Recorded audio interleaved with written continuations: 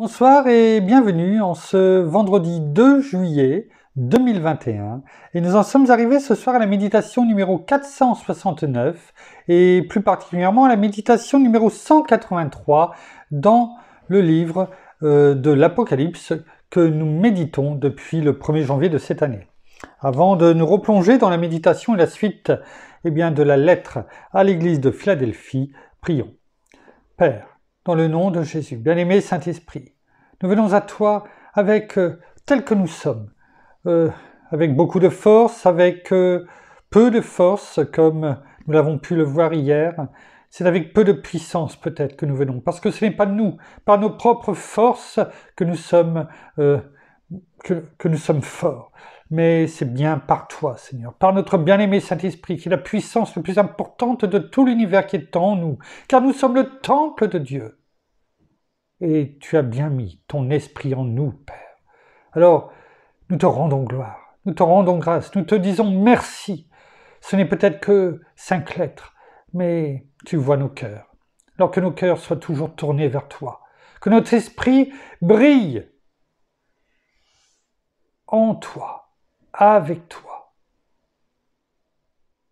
Enseigne-nous encore toutes choses, bien-aimé Saint-Esprit, dans le nom de Jésus, afin que nous buvions cette parole de vie, que nous nous abreuvions à cette source d'eau vive que tu es, Seigneur, et qui est la parole. Car tu es la parole, et en toi, nous savons que nous avons la plénitude de tout. Alors une fois de plus ce soir, sachons tout simplement, nous soumettre à toi et à ton enseignement. Amen. Poursuivons dans la méditation à l'église de la lettre à l'église de Philadelphie de notre Seigneur, la 6e lettre qu'il nous a donnée par l'intermédiaire de l'apôtre Jean. Et celle-ci se trouve dans le chapitre 3 du livre de l'Apocalypse, versets 7 à 13, et nous en sommes dans la méditation du verset, la fin du verset numéro 8, que nous allons, je pense, terminer ce soir. Je reprends le verset numéro 8. « Je connais tes œuvres, nous dit le Seigneur Jésus. Voici, j'ai mis devant toi une porte ouverte que nul ne peut fermer, parce que tu as peu de puissance, que tu as gardé ma parole et que tu n'as pas renié mon nom. » Alors ce verset, finalement dans sa composition grammaticale, on va dire, est assez simple. Le Seigneur dit « Je connais tes œuvres, je te connais, je sais qui tu es. Je te vois, je t'observe depuis tout le temps, depuis toujours, et voici, j'ai ouvert une porte devant toi. » Pour l'évangélisation, on le sait, on l'a médité, on ne va pas revenir dessus, et c'est la même chose pour nous. Il nous a ouvert cette porte. Et ensuite, il nous dit pourquoi. C'est ce que nous avons médité hier. Et il a dit, cette porte que j'ai ouverte, nul ne peut la fermer. Nul ne peut fermer cette porte. Et il nous dit pourquoi ensuite. Parce que tu as peu de puissance. C'est ce qu'il dit à l'église de Philadelphie, à tous nos frères et sœurs de cette église. Il le dit à nous. Parce que tu as peu de puissance. Parce que tu as gardé ma parole et que tu n'as pas renié mon nom. 3 choses. C'est ces 3 choses cumulées. Il le dit. Parce que tu as peu de puissance, virgule, que tu as gardé ma parole et que tu n'as pas renié mon nom. Ces 3 choses sont indispensables. Comme on l'a prié, ce n'est pas par nos propres forces, si l'on vit de façon charnelle, si nous nous sentons forts. Je ne dis pas que nous ne sommes pas forts en Christ Jésus notre Seigneur, parce que, comme il est dit dans Éphésiens 6, verset 10, et la parole est claire. La parole nous dit de venir nous fortifier dans la force souveraine de notre Seigneur Jésus. C'est lui qui nous rend forts. C'est dans sa force souveraine. Comme il est dit dans Philippiens 4, verset 13, « Je puis tout par Christ qui me fortifie. » C'est par lui que nous sommes forts. Sinon, nous ne pouvons rien faire. Il nous le dit. Hein, sans moi, vous ne pouvez rien faire. Dans Jean 15, à partir du verset 5. Parce que tu as gardé ma parole. On l'a vu, on l'a médité. Parce que ça veut dire, parce que tu l'as observé. Et nous allons voir, eh bien, ce soir, cette troisième chose, et que tu n'as pas renié mon nom. Que tu n'as pas renié mon nom.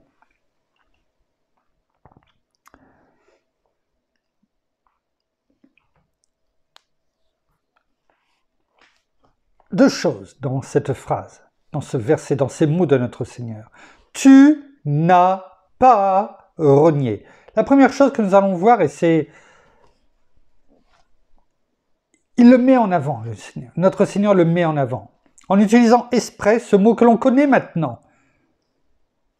Cette particule grecque, ou pour, non pas ou en français, mais ou en grec, pour désigner le mot pas. Tu n'as pas renié.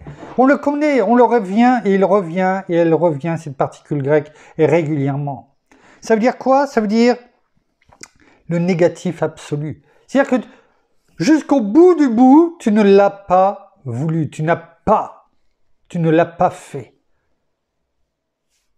C'est-à-dire que on ne peut pas aller au-delà. Quoi qu'il arrive, eh bien, tu as tenu bon, tu as tenu ferme. C'est ça que veut dire le pas, ici en tout cas. Tu n'as pas renié. On l'a déjà vu, mais c'est bon de nous le rappeler. Renier, c'est-à-dire du verbe grec arneomae. Arneomae. C'est-à-dire renoncer, refuser. C'est deux choses peut-être différentes. Oui, renoncer, on peut renoncer à quelque chose. Comme on peut, je dirais, en amont, refuser quelque chose. C'est-à-dire qu'on peut refuser un cadeau. Quelqu'un nous tend un cadeau, ça ne se fait pas, mais on peut le refuser. Pour différentes raisons.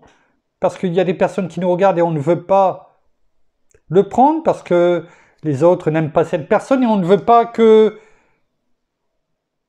déplaire aux autres. En fait, on revient toujours à l'environnement. Ou parce que, finalement, on sait que c'est un cadeau empoisonné. Non, le Seigneur ne nous donne jamais des cadeaux empoisonnés. Il nous a donné la vie en abondance. Mais bien souvent, nous regardons autour. Et autour, en regardant eh bien, ce qu'il y a autour, c'est-à-dire l'environnement, eh bien, c'est cette première partie de Jean 10, justement, que l'on vient de citer. Hein, le Seigneur nous donne la vie et la vie en abondance. Eh bien, c'est le voleur ne vient que pour voler et tuer et détruire. Ouais. Détruire ce que le Seigneur veut nous donner, cette vie en abondance. C'est cela. Et finalement, on se trouve dans ce verset, à un moment donné, au croisement. Au croisement de ne pas renoncer à ce que le Seigneur veut nous donner, ou alors refuser. Pour différentes raisons.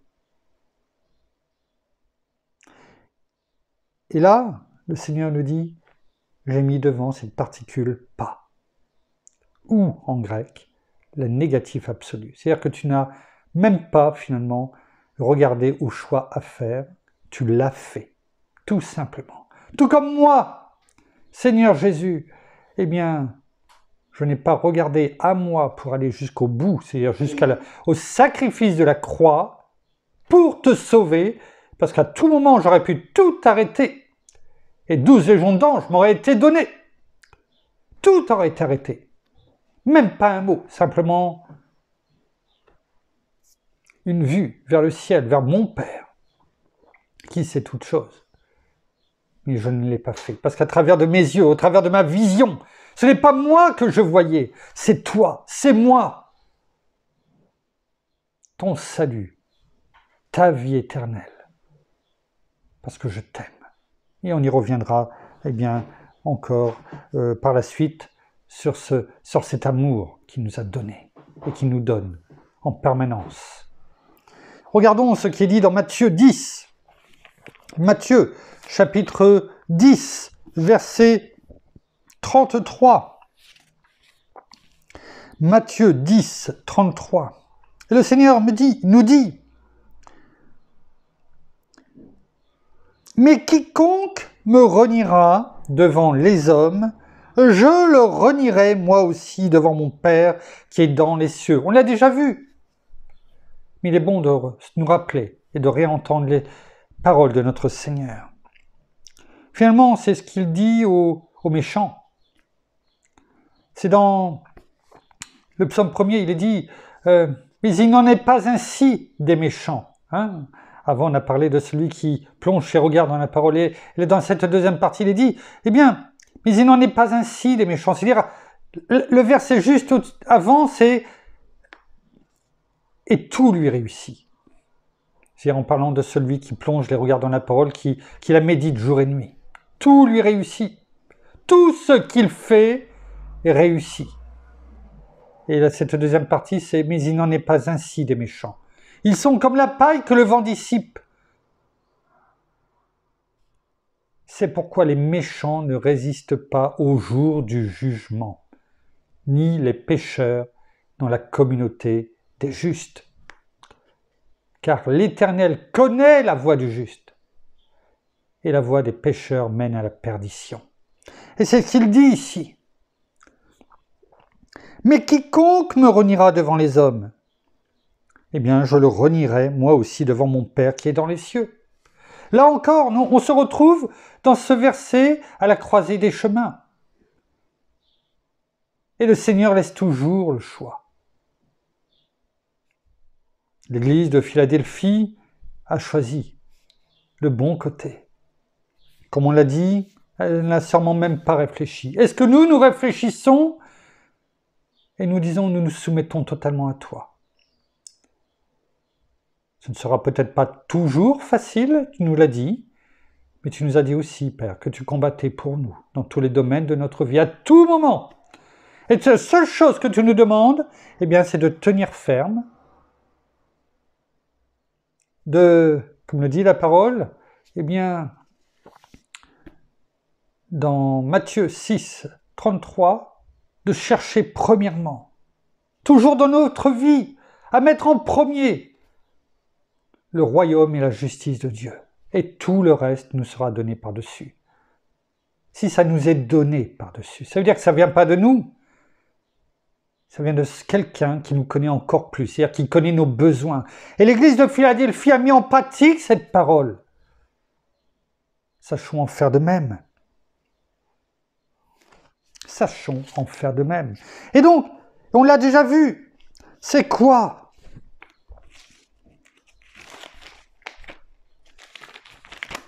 C'est quoi ne pas renier mon nom? C'est quoi ne pas renier le nom de notre Seigneur? On l'a vu encore il n'y a pas si longtemps que ça. Eh bien, c'est l'inverse. Si on ne renie pas le nom de notre Seigneur, eh bien on le confesse. On confesse son nom, y compris, oui, dans les moments d'épreuve, comme ça a été le cas pour l'Église de Philadelphie. Rappelons-nous ce que veut dire confesser. Du grec exomologéo, c'est-à-dire reconnaître ouvertement et joyeusement, honorer, célébrer, s'engager. C'est cela qu'a fait l'Église de Philadelphie, c'est cela qui nous est demandé pour être et faire partie de cette Église de Christ, cette Église fidèle, celle que notre Seigneur vient rechercher. Sans épouse, sans ride ni tache. Sans ride spirituellement, sans tache. Et là, sans tache, c'est pas le verbe travailler, mais c'est sans tache dans le sens, souillé qui n'est pas souillé. Vous voyez les parallèles avec l'église précédente, dont l'église de Sardes, dont nous avons médité tout cela, qui n'ont pas souillé leurs vêtements, taché leurs vêtements. Et quand on voit cela, eh bien, regardons ce qui est écrit dans l'Apocalypse 2, eh bien, au verset 13. Lorsque, dans cette lettre que nous avons méditée à l'église de Pergame, eh bien, le Seigneur dit, « Je sais, verset 13, chapitre 2, je sais où tu demeures. Là est le trône de Satan. Tu retiens mon nom et tu n'as pas renié ma foi. Même au jour où Antipas, mon témoin fidèle, a été mis à mort chez vous, là où demeure Satan. » C'est cela, ne pas renier le nom de notre Seigneur, y compris dans la tempête. Dans ce que l'on peut vivre, nous-mêmes, ou dans ce que l'on voit autour de nous. L'ennemi va attaquer. Ce n'est pas de savoir si l'ennemi le fera ou pas, il le fera, en tout cas il tentera de le faire, parce qu'il n'aura de cesse que de nous faire tomber, de nous faire douter. Si ce n'est pas nous, ça sera autour de nous, nos proches, nos enfants, parce que, eh bien, il voudra leur mettre des doutes dans la tête, il voudra peut-être les attaquer dans leur travail, dans leur famille.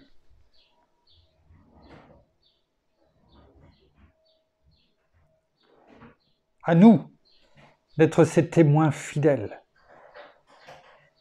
À nous d'être dans cette foi inébranlable et de prier, de les remettre, d'intercéder aussi pour eux, afin qu'ils voient si d'avoir cette foi pour eux, si elle n'est pas suffisamment grande, eh bien, ou forte, parce qu'ils ont besoin d'apprendre, comme nous avons appris, et comme nous apprenons chaque jour.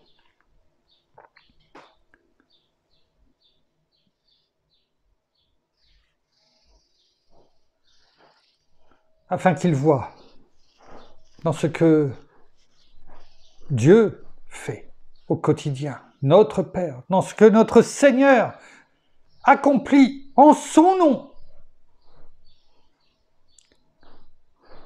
de voir ces merveilles devant nos yeux, afin que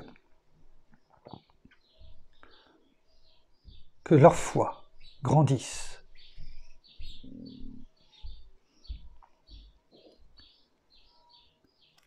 C'est ça aussi, être un témoin. Être un témoin de Jésus. Un disciple, un témoin, c'est quelque chose d'incontournable. On ne peut pas être disciple de Christ sans être un témoin. Un témoin qui brille, un peu comme ce phare. Oh, ce n'est pas nous qui brillons, c'est Christ en nous. Être un témoin de Jésus, c'est un incontournable en matière d'évangélisation. Cette porte que notre Seigneur a ouverte, bien sûr, pour l'église de Philadelphie, mais comme on l'a pu le dire hier et aujourd'hui, également pour nous. Regardons ce qui est écrit dans Actes, dans le livre des Actes, au chapitre 1er. Actes, chapitre 1er, verset 8. C'est notre Seigneur Jésus qui nous parle. C'est une promesse aussi de puissance spirituelle qui est donnée ici. Mais vous recevrez une puissance, celle du Saint-Esprit, survenant sur vous, et vous serez mes témoins. Bien sûr, là, il le disait à tous ceux qui étaient là, à Jérusalem, dans toute la Judée, dans la Samarie, et jusqu'aux extrémités de la terre. C'est aussi pour tous ceux qui allaient arriver, venir, demain, après-demain, et jusqu'à l'avènement de notre Seigneur. Quelle est notre Jérusalem? Quelle est notre Judée? Quelle est notre Samarie? c'est notre village, c'est peut-être notre canton, notre département, notre région, qu'importe notre pays, qu'importe. Ce qui est important, ce n'est pas l'endroit, c'est qui nous sommes. Qui sommes-nous? Nous sommes des témoins de Christ. Et c'est cela qui est important, c'est cela. Parce que être témoin, eh bien c'est laisser faire et couler cette source de vie, la parole, notre Seigneur, qui ne fait qu'un avec notre Père, nous qui ne faisons qu'un avec notre Seigneur, nous qui sommes cachés en Christ Jésus. C'est cela, cette puissance aussi, notre bien-aimé Saint-Esprit qui est en nous et sur nous. Et on peut voir ici, eh bien, non seulement dans l'ensemble de ce verset 8, « Je connais tes œuvres », eh bien, le crescendo, peu de puissance, garder la parole, renier mon nom, tu ne l'as pas fait. Parce que si tu avais eu beaucoup de puissance, tu aurais regardé à toi, à tes forces, à ton moi, tout comme le monde le dit aujourd'hui. Tu es un demi-dieu. Ta force est en toi. Regarde en toi. Non. Le Seigneur vient donner toutes ces bénédictions à l'église de Philadelphie parce qu'elle a peu de puissance. Parce que c'est quand on est faible que nous sommes forts. Et c'est ainsi que l'on peut garder la parole de notre Seigneur et ne pas écouter les sirènes qui sonnent, oui, mais ces sirènes, vous savez, comme dans la mythologie, qui chantent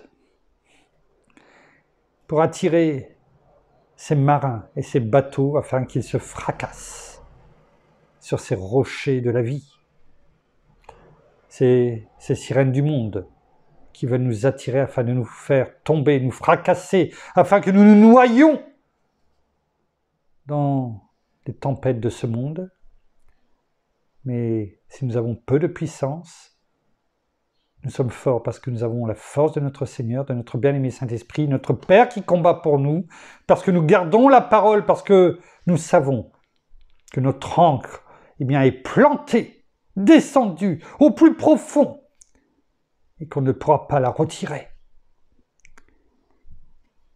Que nous n'avons pas honte de l'Évangile, de cette évangélisation pour laquelle cette porte a été ouverte. Parce que notre Père, c'est ce qui ressort aussi dans ce verset 8, son omniscience divine. Dieu sait tout. Vous savez, hier, et on va terminer sur cela, eh bien, on a regardé un film avec mon épouse et nos filles, et dans ce film, eh bien, ils essayaient de récupérer, entre autres, eh bien, un logiciel. Et ce logiciel, eh bien, permettait de tout voir, partout, sur la Terre. Oh, finalement, dans ce film, ce n'est pas une fiction, parce que c'est déjà la réalité aujourd'hui, on le sait. Et simplement avec une identification, une plaque d'immatriculation, un visage, ils pouvaient retrouver en utilisant toutes les caméras du monde entier. Et savoir précisément en quelques secondes, même pas, où il était, ce qu'il a fait. Et vous savez, le nom qu'ils avaient donné à ce logiciel, l'œil de Dieu. Bien sûr, ce logiciel avait été créé par l'être humain.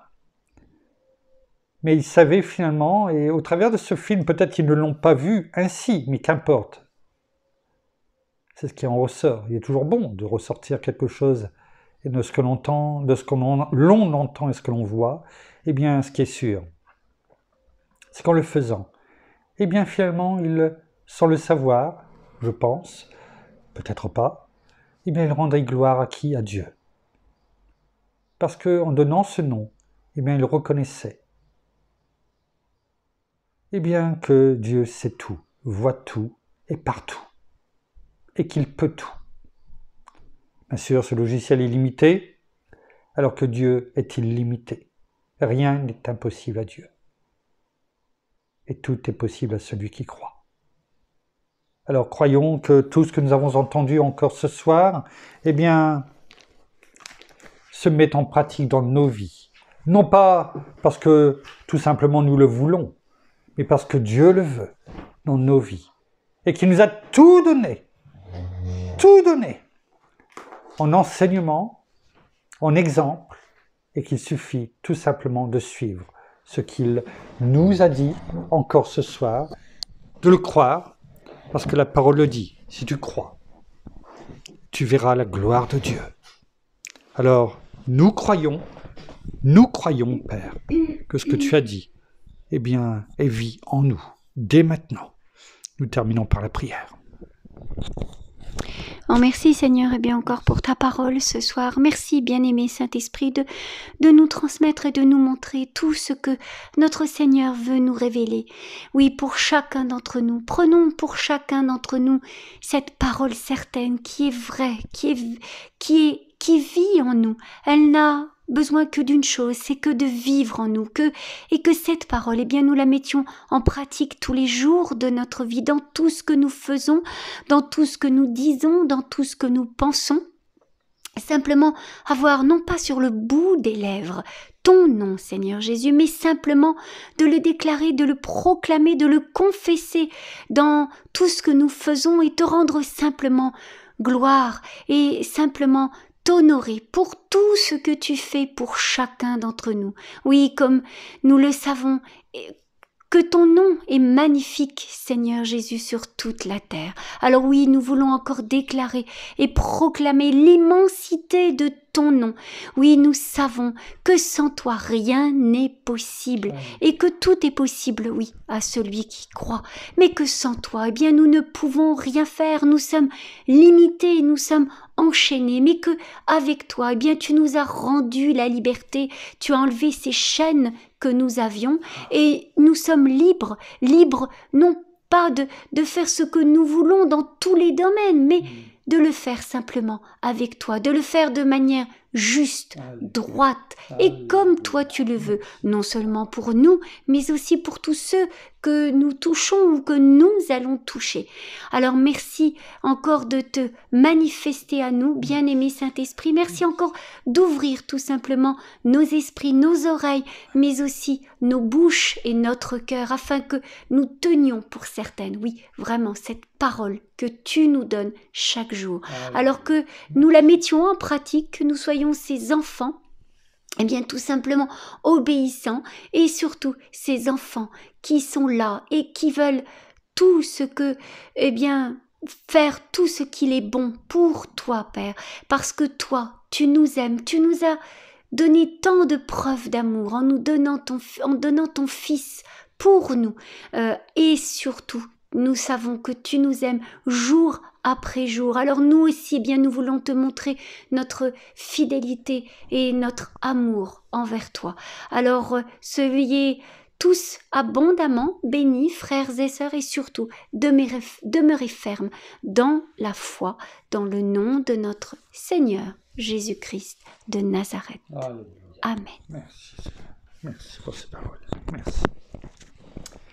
Voilà, ainsi s'achève la méditation de ce soir. Nous vous bénissons abondamment de toute bénédiction spirituelle dans les lieux célestes en Christ.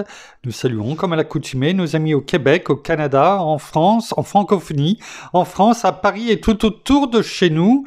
Et nous vous souhaitons à toutes et à tous une bonne fin de journée pour certains, une bonne soirée pour d'autres, en tout cas une très belle nuit dans la paix de notre Seigneur Jésus. N'oublions pas de prier les uns pour les autres, c'est extrêmement aussi important, car la parole du juste est d'une grande efficacité. Et en ce qui nous concerne, nous vous donnons rendez-vous demain en fin de journée. En attendant, portez-vous bien, soyez bénis. À demain, au revoir.